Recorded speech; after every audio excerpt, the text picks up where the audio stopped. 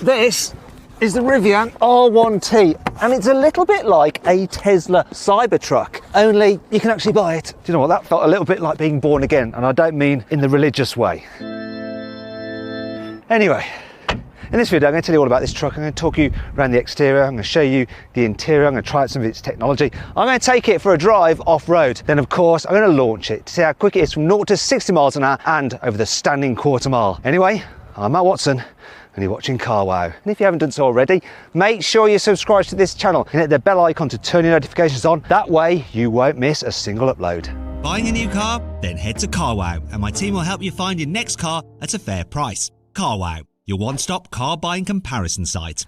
Let's start this video by talking about the design of the Rivian R1T. So the outline is very much like a normal pickup, but it's got some modern elements like this huge light bar across the back. Being an electric vehicle, obviously it doesn't have exhaust pipes, though these design bits here do look a bit exhausty. I don't know why they've done that, but there we go. So moving down the side, wheel sizes actually start at 21 inches. These are the optional 20 inches because they're the off-road wheels, and that's why we've got the off-road knobbly tyres there. Moving down the sides, very pick-up-y. They look flush door handles, and I'll just open them with this rather cool key. Look, it's a carabiner. You can put it on your belt buckle like that, you see. Anyhow, let me just open the door. Look, flush door handles. Lovely. Down the side, we've got the Rivian logo there. Just a normal pickup from the side, really, isn't it? Apart from the rather cool brakes. Look at that. Very sporty looking yellow brake calipers, which go with this cool yellow paint. Here at the front though, it's looking really modern again, isn't it? Look at that huge light bar. I love the design at the front of this car and the way they have the main headlight elements here. It's so good look in the front. This one has the upgraded off-road pack. Then you get like some extra tough ruggedness, and look, these tow hooks there as well. This is the Rivian logo there, and you actually see it used in lots of different places throughout the truck. For instance, there on the lights and on the pillar between the front and rear doors. Another thing I want to show you is this. Look, when you lock the truck, hear that? So funny, it tweets like a bird. Now the starting price of this truck, is $67,500, which works out to about 51,000 British pounds. This is a launch edition, so it has some extra bits and pieces on it as standard, and it starts from $73,000. Now, if you're thinking about buying a new pickup truck, or anything for that matter, you obviously need to sell your old car first. And if you want to do that, make sure you get a fair price for it. Click on the pop-out banner there, or follow the link in the description below, because you can sell your car through Carwow. You just upload some photos, give a brief description, and our trusted dealers will bid on your car. Then you can choose which dealer you sell it to, and they'll come to your house, take it away, and put the money straight into your account. Now, if you want to do that at a later date, you just simply Google "Help Me Carwow." Wait, I just want to do it again because I like it. There we go. I've got to say, I love the interior design of this Rivian. It doesn't feel like a truck at all. It feels like an expensive car. Now, it may look like leather, this, and it feels like it, but it's not. It's vegan friendly, as is the steering wheel, though it doesn't feel like leather so much, which is a bit of a shame. Roof lining is made out of recycled materials, but it doesn't feel in any way recycled. And then this open pore wood that you can get. It reminds me of another EV. Now, to find out what that EV is and to see an amazing deal you can actually get on it, click on the pop-out banner up there, or follow the link in the description below. Big shout out to the seats as well. These seats look cool. They're really comfy. They feel expensive, and obviously you've got full electrical adjustment. And it is easy to get an ideal driving position in this car, though. To set the steering wheel, you do have to go into the screen and then adjust the steering wheel using these buttons here like that. So come on, there we go. Yeah, just like in a Tesla. So they try to reduce the amount of clutter and buttons, so a lot of things are just controlled through here, and then the buttons on the steering wheel. Once you set the car up, it's not such a problem, but it is a bit of a faff when you first get into the car. Speaking of the infotainment system, really nice big digital display. You go through the different menus like that, and with the climate control, you actually control the air vents by sliding the angles around like that on the screen. Touch sensitive buttons rather than physical buttons, so they're a bit harder to press when you're driving, but it's not too much of a faff. You've got good mapping there like that, and obviously you can plug in your destination. It'll work out your charging points as well, so you always get to your destination with some charge, and you can just switch through different menus like that. I like it. One of the good things about this compared to, say, a Tesla Model 3 is that you also have a digital driver's display, so you do see your speed in front of you. You can't really change what you see on there, but it doesn't matter. There's enough information for all that you really need. Another thing that I like about this car is the storage. So underneath here, look, you have a big storage bin, and then here you have a wireless charging pad for your mobile phone. So even if you've got a big silly semi-tablet phone like me, there's plenty of space for it, and you can even put that in there if you want to. Here you have some big cup holders. There is no glove box though, but you do have a big storage area there where you can put a bag. And the door bins, look, got a big bottle in the door bins there. I like the way that they're like folder style, like on the back of an airplane seat. They feel expensive, as do the door handles, which are, well, seem like they're solid metal. Don't know if they are. You've also got aluminium pedals. The floor mats, even though they're rubberized, they're like hard wearing, they feel expensive as well. No, look, there's your Rivian logo. Told you there's loads of Rivian logos. In fact, look here on the charge pad, there's little Rivian logos as well. It's all very nice, all very well thought out. I mean, even this, look, you got a nice big mirror there with 2 diffuse lights so you can look at yourself. Feel very smug about the fact you're driving a pickup truck, which is environmentally friendly. And no animals were killed in the production of the interior either. Here in the back seats, the quality theme continues, and there's plenty of knee room. Headroom is good as well. People over 6 foot will be fine back here. We've also got this lovely big glass roof which lets light in, and because you've got a flat floor, because obviously all the batteries are underneath the floor, there's plenty of foot space, so if you need to carry 3 at once, there's room for everybody's feet. Now what sometimes happens in electric cars is because of those batteries underneath the seats seem quite low, but not in this, so it's nice and comfortable. Also look there, you've got your ISOFIX anchor points for fitting baby seats. You've also got some posh, look at this with the buckles, the folds on the back of the seats. You've got a coat hook there, you've got USB-Cs there, you've got your climate control there with more USB-Cs there, and you probably can't see it, but there is a normal 3-pin socket there as well. Now check this out, right, look, underneath here we have some extra storage and a subwoofer for the stereo system. And that's a bit annoying having to pull down the armrest like that, and the fact that you've got exposed cup holders, so you do put your wrists in them, but you have some extra storage there. And look at this, through this flap is access to the place from which I was born at the beginning of the video. So one of the really unique features on this truck is what they call the gear tunnel. I mean, look at that. I'll just run round and show you. It is really large. See? Hello, you're right. It's huge, isn't it? And the tunnel.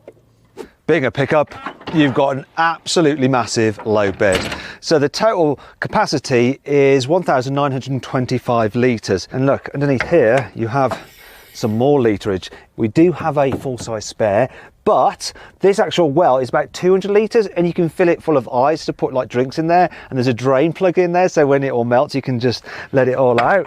Obviously it's a long bed as well, look at this, and it can take quite some weight. So the payload, what you can carry in there, 800 kilos. It's not the biggest compared to internal combustion engine trucks, but it's still pretty blooming good. So is the towing capacity. This thing can tow 5,000 kilos. Now I want to show you something else. Just in here, there's a little insert there where you can put a special cable, so you can like attach it to whatever you're carrying in the back, such as a bike, a motorbike, a quad or something, and it's linked to the car's security system. So it has something similar to Tesla, like the Sentry system, which has cameras which records if someone like gets near to the vehicle or tries to fiddle with it. And with the gear guard wrapped through your motorbike or whatever, if someone tries to pull on it, it senses the pressure, and it'll actually alert you on your mobile phone so you can see what's going on. All very clever. Need more storage? Well, not a problem. Look at this. Underneath the bonnet, you have a front boot with 330 litres of space. Look, keep all your cables and stuff under there. And look, here's the special gear guard cable that I was talking about, that you plug in at the back to secure whatever vehicle or bike you're carrying. Shame you can't fit a bike in here, really. Maybe a small bike. Now to shut it, you press this, because it's all electrically operated. Come on. That's kind of cool, though I do miss the enjoyment of just slamming a bonnet. And that brings on to 5 annoying things about this truck. For a high-tech vehicle, there is no Android Auto for the infotainment system, which is a bit annoying. Now, before all you Apple fanboys go, no, should have been there's no Apple CarPlay either, so many American pickups allow you to open this back window, which is pretty nice, but on this one, no! Let me in, damn you! Isn't it really cool the way this has speakers built into the headrest? They look really nice, don't they, as well? Sounds impressive. Actually, they're not speakers, they're just a design feature, but anyone you take in this car is going to go, oh wow, cool, look at those speakers in the headrests, and then you're going to have to explain to them that no. See the way this cladding extends like that? Well, because the door is quite narrow at the bottom, the way you get out like that, you end up like dragging the back of your leg across this piece of plastic, and if you're wearing shorts, you could end up with a bit of chafing on your calves. There's no grab handles here on the windscreen pillar to help you hoik yourself into the car, and because there's no running boards to step on either, you end up having to just like mountaineer into the vehicle. Oh, you see. It's not all negative though. here's 5 good things about this car. Want to change the location of your roof bars? Well, they are easily removable, adjustable, and you can even mount them. This is going to be really ungainly. On here, look, slidey, locky. Not sure about this pose though. There's a flashlight in the driver's door, look at that. Oh, I quite like the way it extends. Feels really expensive as well. It's metal, and it's always going to be charged because it charges off the car's battery, and because the car's got all the kilowatt hours, this will never be without power. Want to go off-road? Well, you're going to have to ensure that your tyres are at the right settings, aren't you? So in here, you have a special high pressure hose, and you simply plug this into... They're handy, these watches.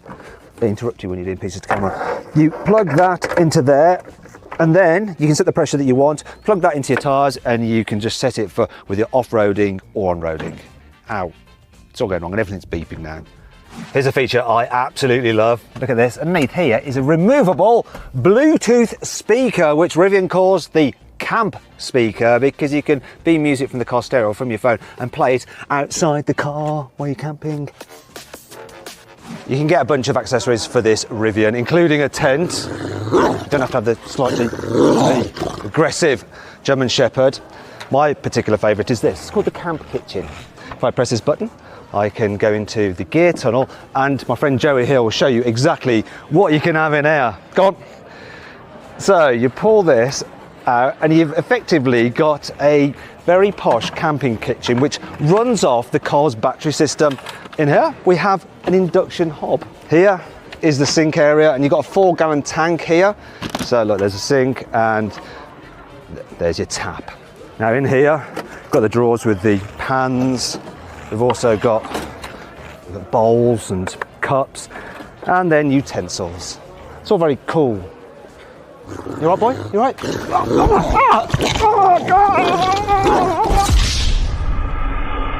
This Rivian has 4 electric motors, 1 controlling each wheel. Combined, they put out 800 horsepower, 900 newton meters of torque. You have a 135 kilowatt hour battery pack, which will give you a range of 314 miles. There will be a bigger battery coming out later on, which will give you a range of around 400 miles. Now to charge it, you just press this button like that, and it opens up, really cool.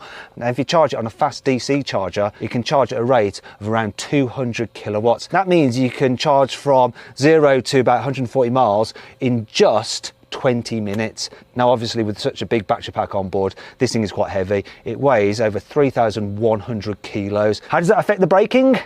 Let's find out. I'm going to see how quick it can stop from 100 miles an hour and from 60 miles an hour. Let's do it. Yeah, you can get up to 60 miles an hour pretty quickly. More on that in a bit because I'm going to be launching it. Let's get to 100 miles an hour. Here we go, full emergency stop now.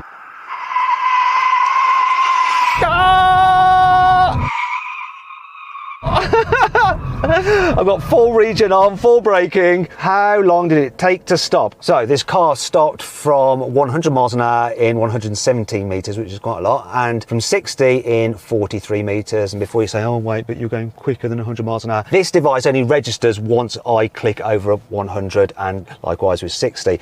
So the distance from 60 miles an hour, 43, I got on the road in a Range Rover Hybrid, 35 meters. However, obviously the Range Rover, I've never said this before, is quite a bit lighter than this and was on street tyres. I think the braking performance has been affected once again by the off-road tyres. I've got to try it on street tyres, haven't I really? But it's not terrible considering the weight.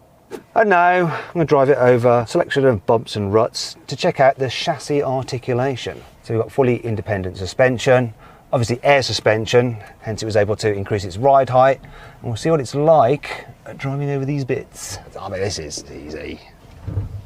That's just a bit of a bush against the side of the car. I mean, that's not that extreme. This car could have done more than that. Probably looked about as spectacular as it felt. That was just too easy. What I'm going to do now is move the suspension into softer. Oh yeah, notice that. I want to press that rally button. In fact, I want to press the drift button, which gives you a sporty throttle response and handling, but it also disengages the stability control so you can slide it about on the dirt, but I'm not really supposed to do that today. Okay, so we've got some ruts here. Once again, this is just going to walk. There's no problem at all. And constant traction. Because you've got a motor controlling each wheel. There's no messing around with differentials. You don't have to fanny about with stability control, trying to like make up for the fact that you're losing traction from one wheel and prevent a wheel spinning away. The motor will control each wheel as it needs to. When you think about it, like electric power is just so good for off-roading, especially as well. There's no gearbox and you can control everything using your right foot. I have not touched the brakes at all. You just got total control over the vehicle. It really does make a lot of sense. The only downside, I guess, is the weight, because the lighter your vehicle is, generally it does help you with off-roading. It feels very stiff, actually, the chassis, which is also a good thing. You don't want it like bending and flexing much. You do get a good view out. In fact, it's easy to judge where the front of the car is. Also, do you know what? To prevent me like scratching this paintwork, which I do like, by the way, on any more bushes, I'm just going to go for the surround view camera there and I can see where my wheels are. That's handy. Now we're starting to go downhill a little bit here, and this is where the one pedal drive really comes into its own. And as I'm going down the hill, I'm increasing in smugness because obviously I'm recharging the battery. Woo, this is like a roller coaster. Here we go. And yeah, it's taking me down slowly. That was really steady down there. There is no hill descent control, but then you don't need it. It's just the regen doing it. This is checking out the traction going up here, and I can control it just perfectly on the accelerator pedal. Funny thing is though, I know that if I floor it, I could literally get air over here because the acceleration on this thing is nuts. And we'll find out more about that a bit later in this video when I launch it, because yes, I launch absolutely everything. One thing I've noticed is that I haven't felt the wheels slip at all. I have got knobbly tyres on this, but that's another thing about electric vehicles. They're so good at just managing the power so that they're always maintaining traction. So this obstacle here will just test the approach angle, the departure angle and the breakover angle. And if you like numbers, the approach angle on this car is 34 degrees, departure angle is 29 degrees and the breakover 26 degrees. And I'm going to test the approach now. Oh, yeah, it's fine. You can go up steeper than that. And the breakover, obviously with pickups, they can be a little bit long, so they are affected a little bit in terms of the breakover, but a 26 breakover is actually fairly decent. Right, that's pretty much the off-road course dealt with. Wasn't exactly hardcore, like to try this in something a little bit tougher, but sections were a little bit rutted and it just dealt with a piece of cake. Finally then, I'm going to launch the Rivian. So it's supposed to do 0 to 60 in 3 seconds flat, but will it? I'm going to find out. I've got my specialist timing gear up here, and seeing as I'm on a runway, I'm going to keep on going for the quarter mile. Anyway, all I'm going to do is just floor the throttle, see what happens. 3, 2, 1, go. Oh, you can hear the tyres scrabbling away. 0 to 60 in 3.87. I am on off-road tyres, so street tyres would be quicker. Let's keep going for the quarter mile. What we got? 12.51. Okay, so I think in the interest of fairness and science, I need to do a run in the opposite direction, and that has nothing to do with the fact that that was a lot of fun and I just want to do it again, right? Promise. This time I'm going to launch, but I'm not just going to floor the accelerator. I'm going to hold it on the brake, floor the accelerator, and then release the brake, because then you have a sort of launch control, even though it doesn't actually say launch control anywhere on the dash. But let's see what happens this time. So floor the accelerator, I'm going to release the brake now. Not the same. Here we go. 3.66, so it was slightly quicker. Let's keep on going. Quarter mile. 12.14. You know, that's similar speed to an Audi RS5, you know. And this is a lot heavier than an Audi RS5. Like normal road speeds, when you put your foot down, it just takes off. What you do notice is that at higher speeds, the power starts to tail off, but you're not really going to be experiencing that on the road unless you're in Germany and on the Autobahn. It's a quick truck. Now, one of the reasons I might be a little bit off that 0 to 60 time that Rivian claim is that they use foot rollout when they're measuring the 0 to 60 time, whereas I don't. I just do it straight from a standstill because that just seems the proper way to do it, really. I know Tesla did the same thing with the foot rollout. Better numbers, I guess. You know, the Americans, they're good at marketing, aren't they?